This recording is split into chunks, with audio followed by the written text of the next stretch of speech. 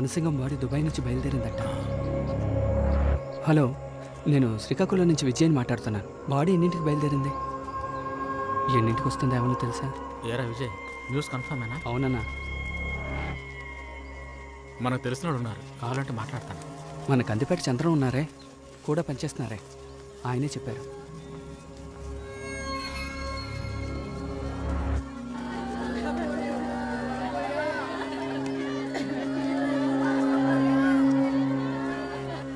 అవును విజయ్, దుబాయ్ నుంచి ఎవరు మాట్లాడారు?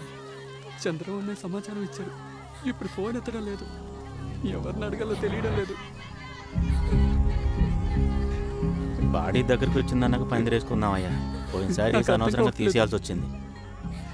వాడికి మరోసారి ఫోన్ చేసి చూడు. ఇప్పుడే చేశాను. అలాగే. తల్లిని పసిబిడ్డని వదిలేసి వెళ్ళిపోయాడు. చివరి చూపు కూడా మేమెవరూ నోచుకోలేదా? దేవుడా, ఇదంతా చూస్తూ నేను ఇంకా బతుకుండాలా?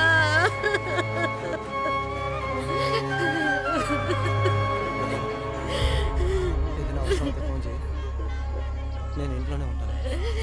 మావయ్య, దుబాయ్ నుంచి ఎత్తిన ఫోన్ వస్తే వెంటనే చెప్తాను మావయ్య.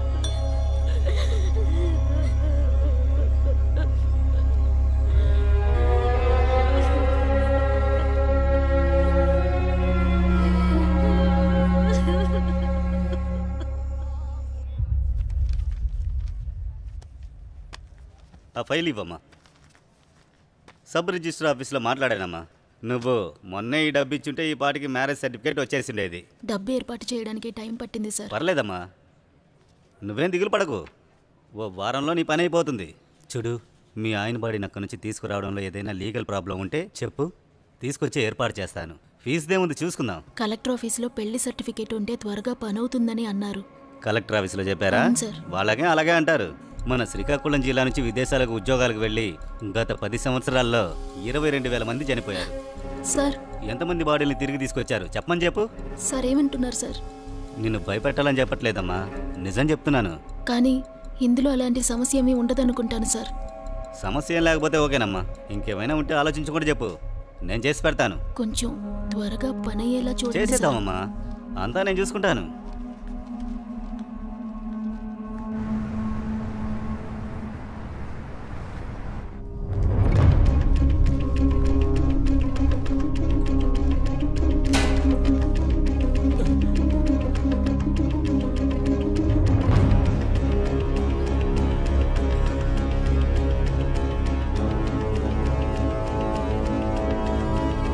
సార్, ఇది రణసింగం కాదు సార్. నా ఫ్రెండ్ రణసింగం కాదు సార్. ఇది అతను కాదు, అతను కాదు, అతను కాదు.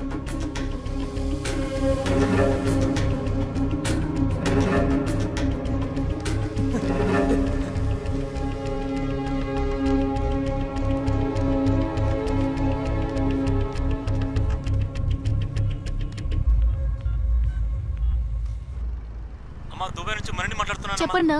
అమ్మ సీతాలు, రణసింగం బాడీ ఇండియాకి పంపించరమ్మా. అన్నా, ఏమంటున్నావు? అమ్మా, ఇక్కడ ఉన్న ఇండియన్ ఆఫీసర్లు దుబాయ్ ఆఫీసర్లు కలిసి ఇప్పుడు నన్ను ఒక హాస్పిటల్ తీసుకెళ్లారు. అక్కడ ఏదో ఒక శవాన్ని చూపించి అది యాక్సిడెంట్ లో చనిపోయిన రణసింగం బాడీ అని చెప్పమంటున్నారు. యాక్సిడెంటా? అవునమ్మా.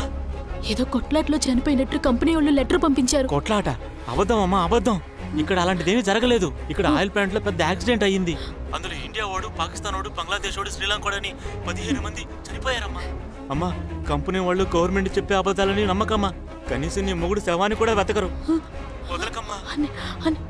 అమ్మా, నేనే ఫోన్ చేశాను, ఎవరితోనూ చెప్పకమ్మా. తీసేస్తానంతా అమ్మాయితో వివరంగా చెప్పాను. వదలకండి. వాళ్ళు ఏదో చెప్పినా నమ్మకండి, వదలకండి. హలో హలో హలో, ఎవరు? హలో, ఏమైందమ్మా? ఏమైంది?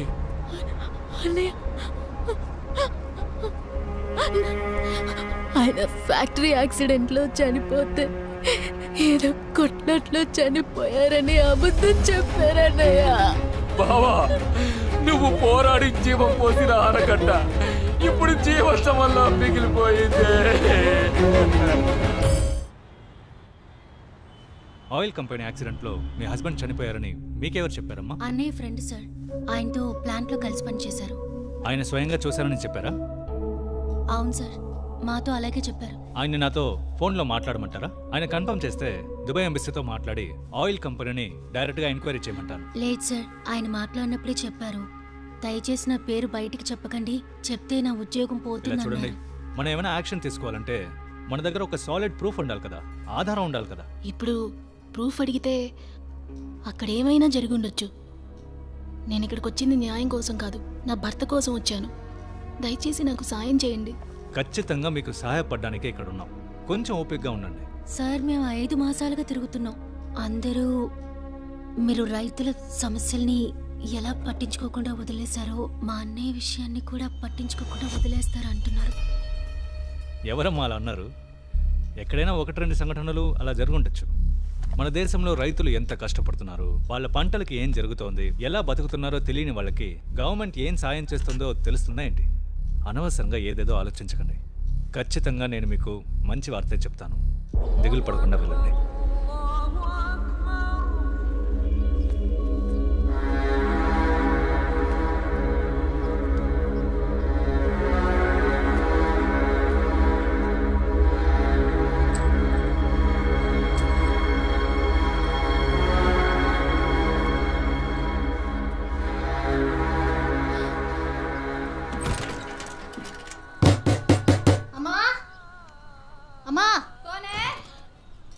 ఇక్కడ ఏజెంట్ అమీర్ భాయ్ ఇల్లు ఎక్కడుందో చెప్పగలరా? ऐसे कोई नहीं है यहाँ पर।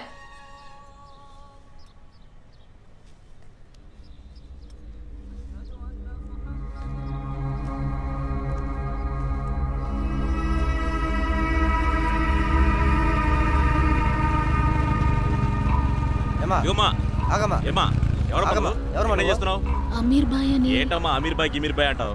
ఎవరు లేని ఇంట్లో కన్నేసి దోచుకునే గ్రూపే కదా నువ్వు? కాదు సార్, నా మొగుడు చనిపోయాడు. ఓ, మొగుడు చచ్చాడని బిడ్డను చూపించి బెచ్చబెత్తుకునే గ్రూపా? బెచ్చబెత్తుకోవాలంటే బస్ స్టాండ్కి వెళ్ళాలి, లేక బజార్కి వెళ్ళాలి.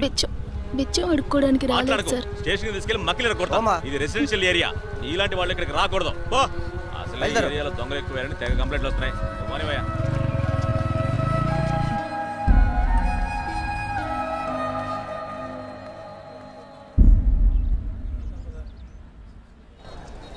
నైట్ కలుద్దాం. వస్తాను. అలాగే భాయ్. ఏంటమ్మా ఎక్కడికి వచ్చావు? ఎవరి కోసం వచ్చావు?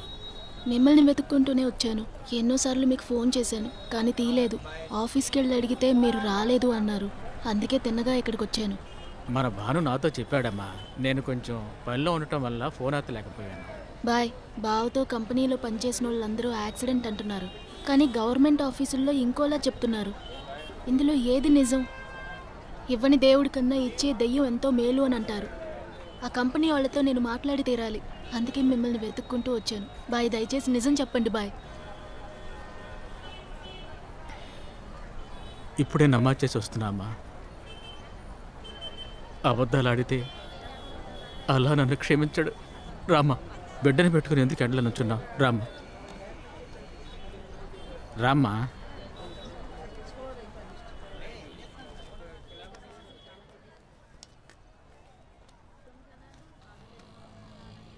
ఇన్షాల్లా. నీ మొగుడు పోరాటంలో చనిపోలేదమ్మా, యాక్సిడెంట్లోనే చనిపోయాడు. ఆ తర్వాత ఏం జరిగిందని ఏ ఒక్కడూ నిజం చెప్పడం లేదు.